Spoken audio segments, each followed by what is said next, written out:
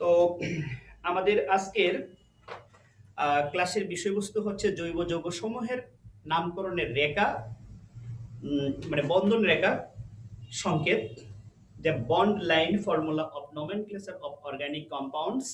তো এটার ক্ষেত্রে আমরা সাধারণত যে নিয়মগুলো মেনে চলবো সেটাকে আমি তিনটা পয়েন্টে দেখা দিচ্ছি। সেই তিনটা পয়েন্ট হচ্ছে একটা কি, দুই, তিন বা চারটি রেখার সংযোগ স্থলকে একটা মানে চারটি রেখার সংযোগস্থলকে কোনো এটার রেখার একটা প্রান্ত বিন্দুকে আমরা কার্বন ধরবো। সেটা কেমন হবে সেটা যদি আমরা একটু দেখাই দিই। যেমন এই ক্ষেত্রে যদি একটু দেখি, এই একটা রেখা আমি দেখলাম, এই দিক থেকে আইলো আর একটা রেখা, তো দুটি রেখার সংযোগস্থল হচ্ছে এই জায়গায়। তো দুটো রেখার এই জায়গাটা আমাদের একটা কার্বন আছে বলে মনে করতে হবে। অথবা তিনটা রেখা যদি হয় তাহলে এখানে একটা কার্বন আছে, চারটা রেখা যদি হয় তাহলে এখানে একটা কার্বন আছে ধরতে হবে। অপরদিকে প্রত্যেকটা রেখার প্রান্ত বিন্দু, এই যে একটা প্রান্ত, একটা প্রান্ত, এই একটা প্রান্ত, এই প্রান্ত বিন্দুতে একটি করে কার্বন আছে। তাহলে কার্বনের হিসাবটা আমরা এভাবেই করব, দুই বা তিন বা চারটি রেখার সংযোগস্থল এবং কোন রেখার প্রান্ত বিন্দুকে বা প্রান্তটাকে একটি কার্বন পরমাণু বোঝায়, যেটাকে আমরা কার্বন সংখ্যা গণনা করব। সেকেন্ড লাইনে আমরা যেটা বলতেছি, কার্বনের যোজ্যতা পূর্ণ করার জন্য, যেমন এখানে কার্বনের যোজ্যতার ক্ষেত্রে এই হচ্ছে কার্বন আছে, এখানে কার্বন আছে, এখানে কার্বন, এখানে কার্বন, দেন এখানেও কার্বন। কার্বনের যোজ্যতা বা যোজনী 4 পূর্ণ করার জন্য বাকি হাতগুলো হাইড্রোজেন আছে বলে ধরে নিতে হবে, এবং এই হাইড্রোজেনগুলো লিখার কোনো প্রয়োজন নেই।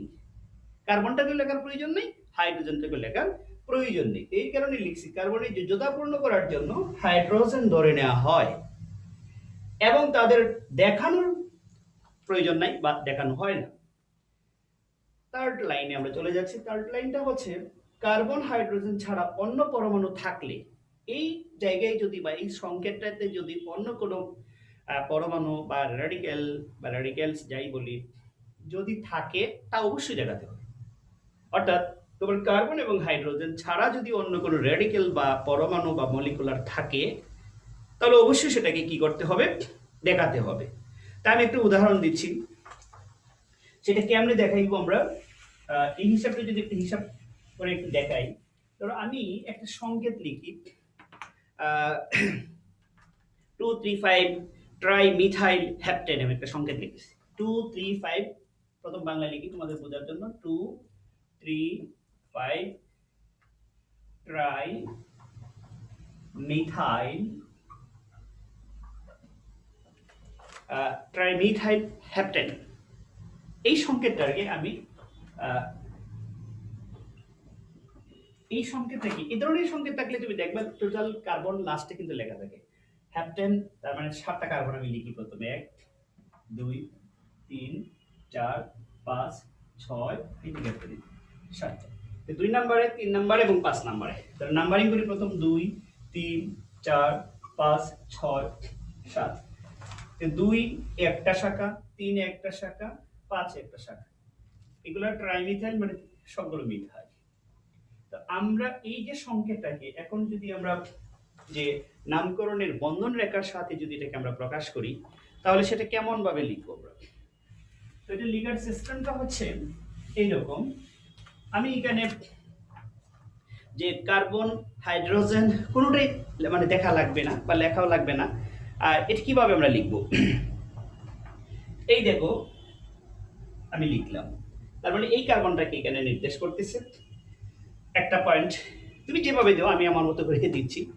একটা লিখলাম, এরপরে আমি এইদিকে একটা চলে গেলাম, যাওয়ার পরে এইদিকে একটা গেলাম, এই গেলাম, এখানে একটু এটাকে এইভাবে নিয়ে আমি এইভাবে দিলাম, দিয়ে এই এই তাহলে এখন দেখি, এটা হচ্ছে 1 নাম্বার। 2 নাম্বার একটা শাখা আছে, 2 নাম্বার শাখাটা তুমি ইচ্ছা করলে এইদিকে দিতে পারো, ওইদিকে দিতে পারো। তো এটা হচ্ছে শাখাটা 3 নাম্বার, এটা হচ্ছে 3 নাম্বার কার্বন, এটা 4 নাম্বার কার্বন, এটা 5 নাম্বার কার্বন, এটা 6 নাম্বার কার্বন, এটা 7 নাম্বার কার্বন। তো এখানে আমাদের 5 নাম্বার একটা কি আছে, একটা শাখা আছে। তো এই হলো শাখাটা।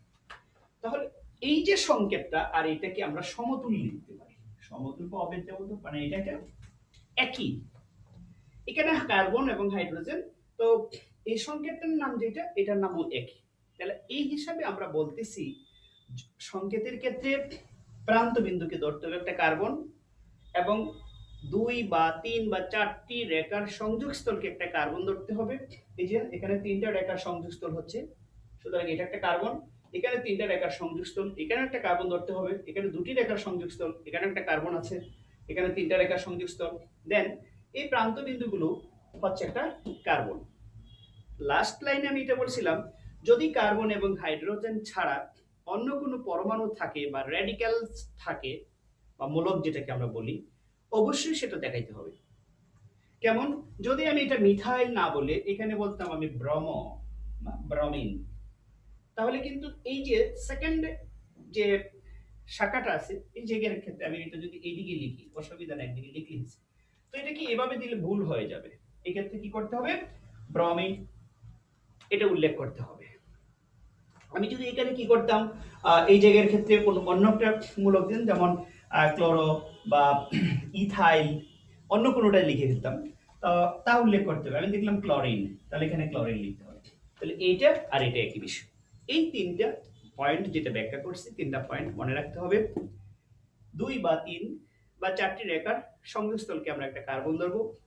প্রত্যেকটা প্রান্ত বিন্দু, এই যে রেখাগুলোর প্রান্ত বিন্দু বা প্রান্তটা হবে একটি কার্বন। অপরদিকে কার্বন এবং হাইড্রোজেন ছাড়া অন্য কোনো রেডিক্যালস বা কোনো পরমাণু যদি থাকে, তা অবশ্যই কি করতে হবে? উল্লেখ করতে হবে। আসতেছি, এরকম আমরা একটা সংকেতে দেখাই দিচ্ছি। ধরো সাইক্লোহেক্সেনের কথা বলি। সাইক্লো মানে চাকরি, হেক্সেন, চক্রীয় হেক্সেনটাকে আমরা অরিজিনালি কিভাবে লিখি? দেখো, চক্রীয় হেক্সেন হচ্ছে 1 2 3 4 5 6। তো এই একটা, এই একটা, এই একটা, এই একটা, এই একটা, এই একটা, এটাকে চক্রাকারে যদি আমরা সাজিয়ে লিখি, এই যে প্রত্যেকটা কার্বনে হাইড্রোজেন আছে 2টা, সেটা আমরা ধরে নিব। আচ্ছা, পরবর্তীতে এটাকে কিভাবে আমরা আসলাম এটা দেখাই দিচ্ছি। হাইড্রোজেন 2টা, যেই দিকে দেব হাইড্রোজেন। এটা ছিল চক্রীয় বা সাইক্লোহেক্সেন।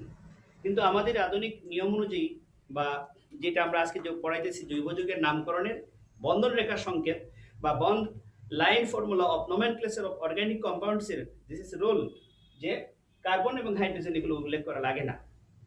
তখন আমরা এটাকে কি করতে পারি? বন্ধন রেখার সাহায্যে একটা সংকেত প্রকাশ করতে পারি। এই সংকেতটা কিভাবে প্রকাশ করব? এই অংশটাকে আমরা এই যে এইভাবে লিখি। কিন্তু তুমি এটাকে যে ষড়ভুজ, যে ওই অংশটাকে যদিও দেখতেছি ষড়ভুজ, কিন্তু এই জায়গায় 2টি রেখার সংযোগস্থল বা মিলনস্থলটাকে আমরা একটা কার্বন ধরবো। তো এইভাবে এখানে 6টা মিলনস্থল পাই, এই একটা, এই একটা, এই একটা, এই একটা, অর্থাৎ 6টা বিন্দু মানে 6টা কার্বন আছে। এবং কার্বনের হাতগুলো, হাত বলতে তার ব্যালেন্স বা যোজনীটা, মানে বাকি হাতগুলো পূর্ণ করার জন্য হাইড্রোজেন ধরে নিতে হবে। এইটা ছিল আমার এই এই যে আজকের টপিক্সের সেকেন্ড লাইনের বা সেকেন্ড রুলটা ছিল এখানে। তো এইভাবেই আমরা সংকেতগুলো লিখে থাকি। অপরদিকে আমি আরেকটা সংকেত যদি লিখি, যে তোমরা দেখো এদিকে 3-মিথাইল 4-আইন, এটাকে আমরা কিভাবে লিখবো? অর্থাৎ দ্বিবন্ধন বা ত্রিবন্ধন যদি থাকে, তখন আমরা সেটাকে কিভাবে করব? দ্বিবন্ধন এবং ত্রিবন্ধন থাকলেও সেম রুল অ্যাপ্লাই করব, তবে দ্বিবন্ধন এবং ত্রিবন্ধনগুলো উল্লেখ করতে হবে। আমি দেখাই দিচ্ছি।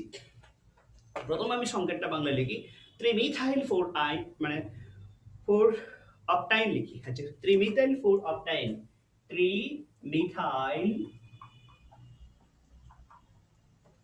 4-অক্টাইন। এটাকে তুমি অন্যভাবে বলতে পারো অক্টাইন। অক্টাইন 3-মিথাইল 4-অক্টাইন, বা তুমি যদি এটা আরো যে এরকম থাকে যে যাই হোক না, অক্টাইন, আমি অক্টাইন না, আর অক্টাইন। অক্টাইন ই নাইন দিতে দি অক্টাইন লিখা, অক্টাইন লিখছে। অক্টাইন মানে কি? অ্যালকাইন পরিবারের সদস্য। তো এই সংকেতটাকে আমরা কিভাবে লিখব? তো এই সংকেতটাকে প্রথম আমরা যদি লিখতে যাই 8টা কার্বনে লিখি। এক, প্রথম মানে নরমাল যেভাবে আমরা লিখে আসি, 2 3 4 5 6 7 8। তো দেখা যাচ্ছে 3-মিথাইল 3 নম্বরে নাম্বারিং করতে হবে। 2 3 4 5 6 7 8। তো 3 নম্বরে আমি কি করব? একটা মিথাইল মূলক দিব, CH3। এরপরে 4-আইন, 4-আইন তাহলে আইন বলতে কি বোঝানো হচ্ছে এখানে? অ্যালকাইন। অ্যালকাইন মানে এখানে ত্রিবন্ধন থাকবে, 1 2 3 4, এখানে একটা ত্রিবন্ধন। এখন এই সংকেতটাকে তোমরা অনেকে ভাবতে পারো স্যার এগুলো তো হাইড্রোজেন দিলেন না, হাইড্রোজেন তো আমি শুরুতেই বলছি এটা লেখা লাগে না, এটা আমাদের কোনো মারাত্মক কোনো ভুল না, ঠিক আছে? হাইড্রোজেনটা তুমি ধরে নিতে হবে আছে এখানে। আচ্ছা, আমরা এটাকে রেখা বন্ধনের সাহায্যে এই সংকেতটাকে আমরা কিভাবে লিখব? তাহলে এটাকে যদি আমরা লিখতে যাই, 1 2 3 4 5 6 7, 1 2 3 4 5 6 7 8টা হয়েছে। তো আমি 3 নাম্বার কার্বনে 1 2 3 নাম্বার কার্বনে একটি শাখা দিতেছি, সেটার নাম কি? মিথাইল। আচ্ছা, শাখা কিন্তু পরে উঠাই দেবো, এখানে একটা মিথাইল আছে, এই যে একটা শাখা এখানে আছে। এরপরে 1 1 2 3 4, 4 নাম্বার কার্বনে আছে 1 2 3 4। তো এই 4 নাম্বার থেকে 5 নাম্বার কার্বনে ত্রিবন্ধন আছে, এই যে ত্রিবন্ধনটা আমরা দেখাইলাম, এই যে ত্রিবন্ধন দেখাইলাম। ত্রিবন্ধন পরে বাকিগুলো একক বন্ধন আছে। এই সংকেতটা আর এই সংকেতটা একই। তাহলে এখানে কি বোঝা গেল? যদি দুইটা, তিনটা বা চারটা, এখানে দেখো 4টি রেখার মিলন স্থল, এখানে একটা কার্বন আছে, 4টি রেখার মিলন স্থল, তবে এখানে 3টা রেখার মিলন স্থল। এই হিসাবে আমরা দেখলাম যে জৈব যৌগের নামকরণের বন্ধন রেখার সংকেতগুলো, যে আমরা এতদিন আমরা কিন্তু এভাবেই লিখে মানে আসলাম, কিন্তু এটার একটা রুল আছে বা নিয়ম আছে, এটা নিয়ম মাফিকই করতে হয়। এটার মধ্যে কি লাগবে না, কার্বন এবং হাইড্রোজেন ছাড়া যদি অন্য কোনো রেডিক্যাল বা মূলক থাকে তাহলে অবশ্যই আমরা কি করব তা উল্লেখ করব। তো এই ছিল আমাদের জৈব যৌগের নামকরণের বন্ধন রেখার সংকেত। পরবর্তীতে আমরা আরেকটা টপিকসে আসতেছি। তো আমাদের আরেকটা অংশ ছিল যে আরেকটা সংকেতের ক্ষেত্রে ছিল কি, যে 2,4-ডাইব্রোমোপেন্টেন, এই যৌগটার ক্ষেত্রে, যে অর্থাৎ এখানে একটা রেডিক্যাল, এখানে ঋণাত্মক মূলক একটা আছে, ব্রমিনের মূলক যেটা আছে ব্রম, ব্রমযুক্ত থাকার কারণে এই সংকেতটা, এটাকে আমরা এইভাবে লিখার সময় এই রেখা বন্ধন বা যে বন্ধন রেখার সংকেতের লিখার সময় অবশ্যই এখানে শুধু এই যে ব্রমিন পরমাণুর যে মূলকটা অর্থাৎ ব্রম, এই অংশটা শুধু দেখাইলেই হবে, আর এগুলো দেখানো লাগবে না। এইটা আর এটা একই নাম, এটার নাম হচ্ছে 2,4-ডাইব্রোমোপেন্টেন। 2,4-ডাইব্রোমোপেন্টেন, এই যে 1 number 2 number 3 number 4 number 5 number, তাহলে 5টা কার্বন এখানে আছে, 2 নাম্বার একটা ব্রোম আছে, 3 নাম্বার 4 নাম্বার একটা ব্রোম আছে। তো এইভাবেই তোমরা ওই যে কি বলে আমাদের আজকের যে বিষয়টা ছিল জৈব যৌগের নামকরণের বন্ধন রেখার সংকেত, এইভাবে যে কোনোটাই থাকুক না কেন এই নিয়মে তুমি করতে পারবে। তো আমরা এখানে যদি কারো কোনো প্রবলেম থাকে অবশ্যই বলবা। ইফতি কি বুঝতে পারছো না বলবা? না স্যার, বুঝছি স্যার। তানভীর, তানভীর কোনো প্রবলেম? নাই স্যার। আর এরপরে আছে রাফি।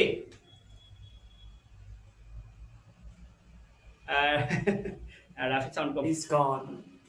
আচ্ছা ঠিক আছে।